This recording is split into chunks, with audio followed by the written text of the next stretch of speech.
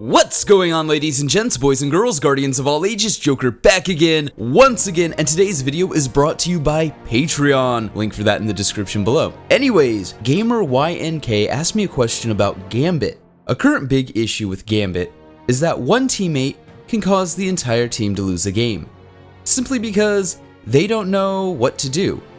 Which I get, but others are trolling, like getting 15 motes and jumping off the map, or playing bad on purpose. Things like this can ruin the experience for other players. Should there be a mechanic to punish these players for their actions? Like a timeout? So that's actually a really good question. Gambit has a lot of issues. Everything from the way that loot works to things like titles. Seriously, like nobody uses supers when they invade. Why is that even a thing? Bosses are way too easy to melt, and the catch-up mechanic actually punishes you for calling your primeval sooner than the losing team, which makes no sense whatsoever.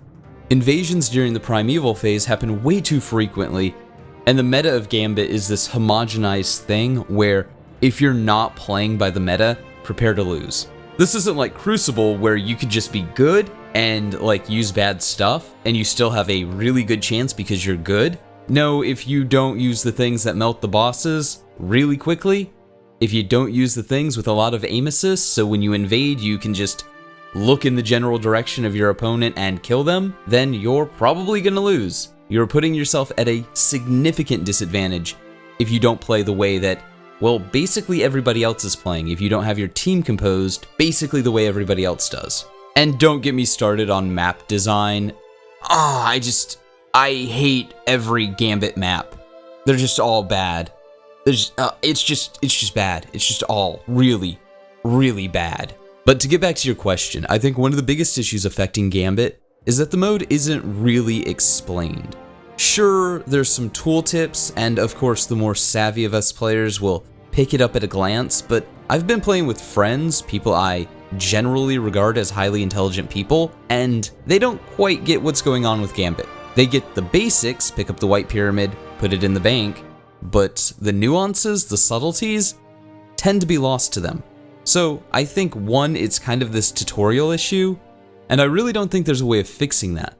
Because yes, there's tutorials online, people will tell you how to play Gambit, but this isn't like a raid where you want to know all the mechanics before going into it so you don't bog down other teams, especially if you're not doing a blind run.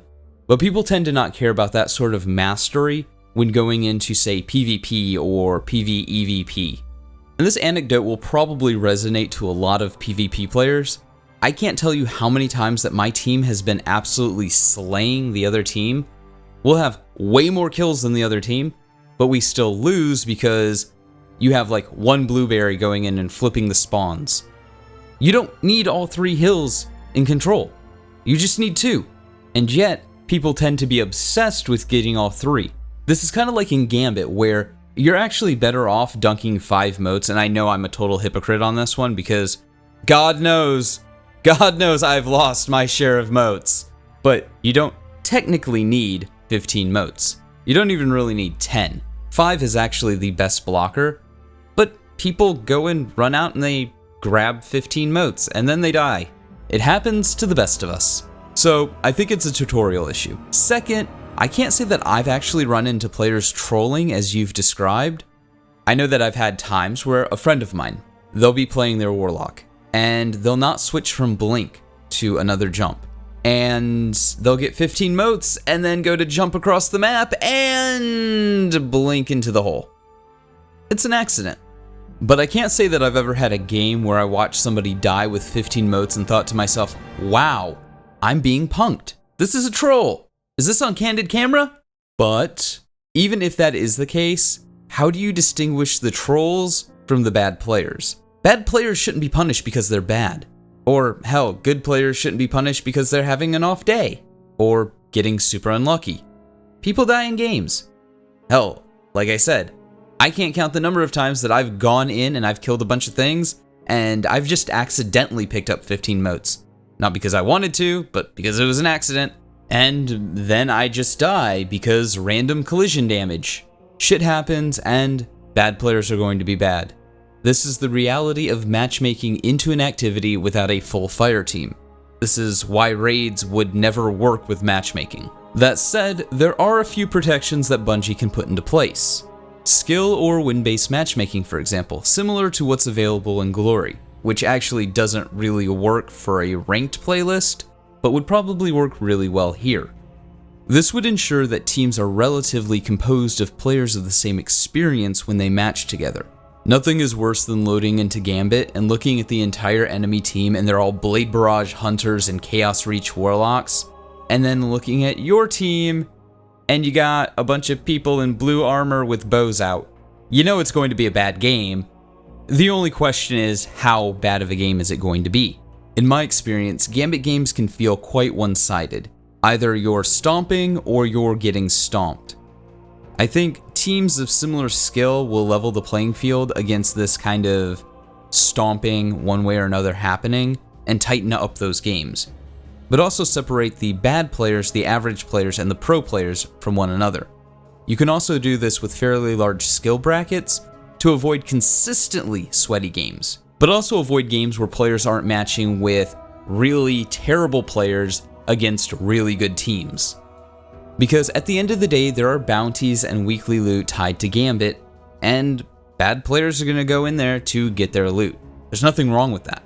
They are entitled to do that. They bought the game, the loot is there, they paid the entry fee.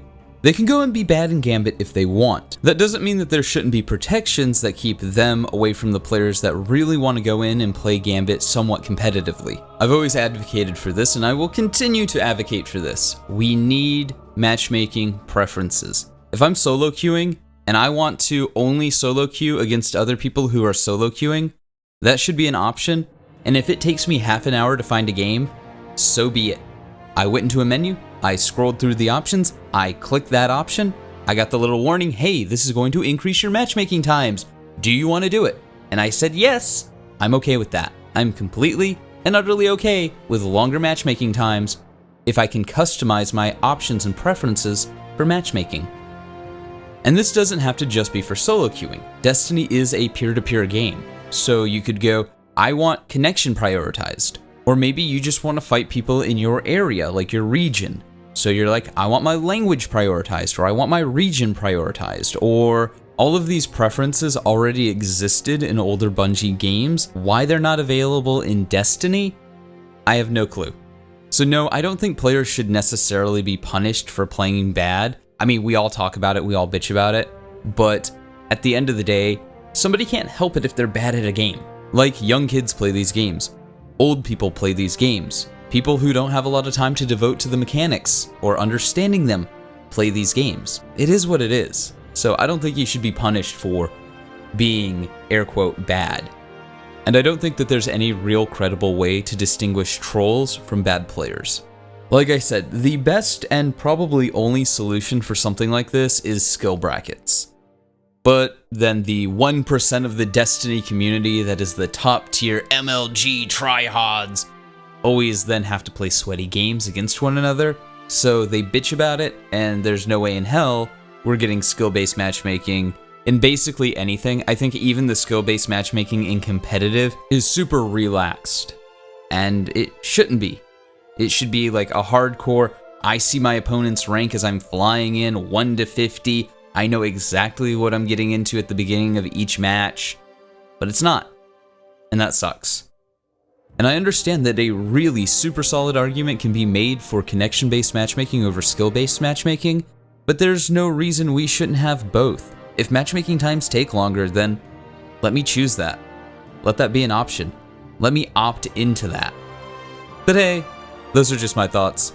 Let me know yours in the comments below, and like always, stay frosty.